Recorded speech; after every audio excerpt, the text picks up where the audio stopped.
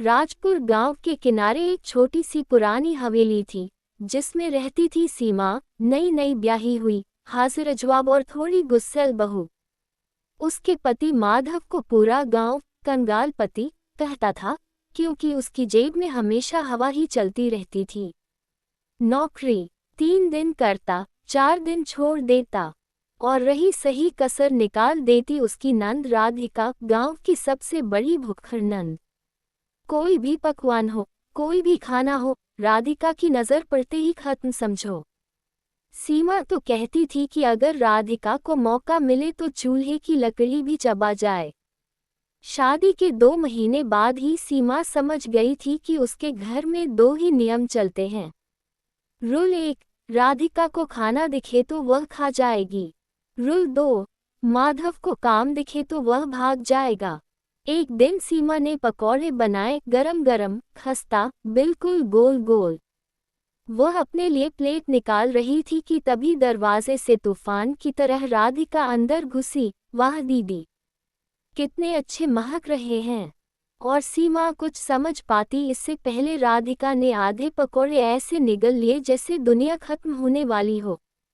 दूसरे आधे माधव ने झट से अपनी जेब में डाल लिए, क्योंकि उसे लगा राधिका सब खा जाएगी। सीमा सिर पकड़कर बैठ गई, ये घर है या भुक्खड़ों का धर्मशाला। सीमा ने सोचा कि अगर ऐसे चलता रहा तो वह खुद भूख ही मर जाएगी। उसने दोनों को थोड़ा सबक सिखाने का निश्चय किया। अगले दिन सुबह सुबह उसने मीठी सी मुस्कान के साथ कहा, आज कुछ स्पेशल बनने वाला है, बस थोड़ा इंतजार करना।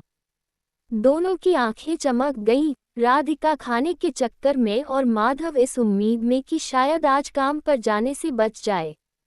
सीमा ने किचन में जाकर बड़े प्रेम से लौकी का हलवा बनाया।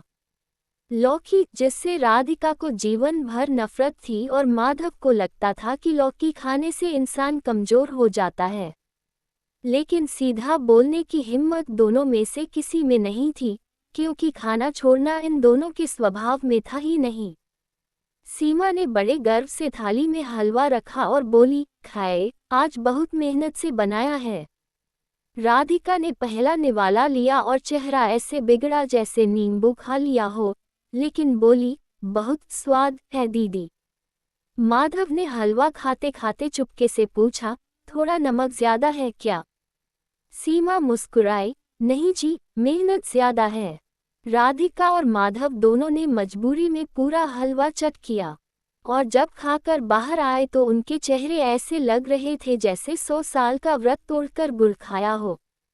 अगले ही पल दोनों ने एक साथ कहा, राधिका, दीदी, आज से मैं खाना कम खाऊंगी। माधव, और मैं काम ढूंढने जा रहा हूँ।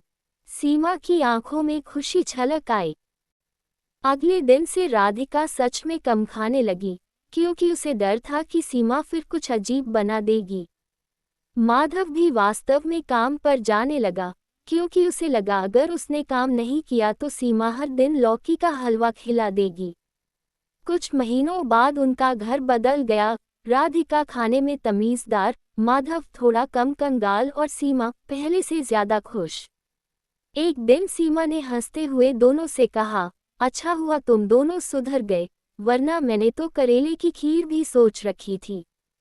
ये सुनते ही राधिका और माधव की रूह कांप गई, और उसी दिन से उनके घर में सीमा की इज्जत खाना पकड़ पकड़ कर खाने वालों से कहीं ज्यादा बढ़ गई। कहानी का सबक, भूख और कंगाली दोनों का इलाज एक है, थोड़ी सी अकल और थोड़ी सी लौकी।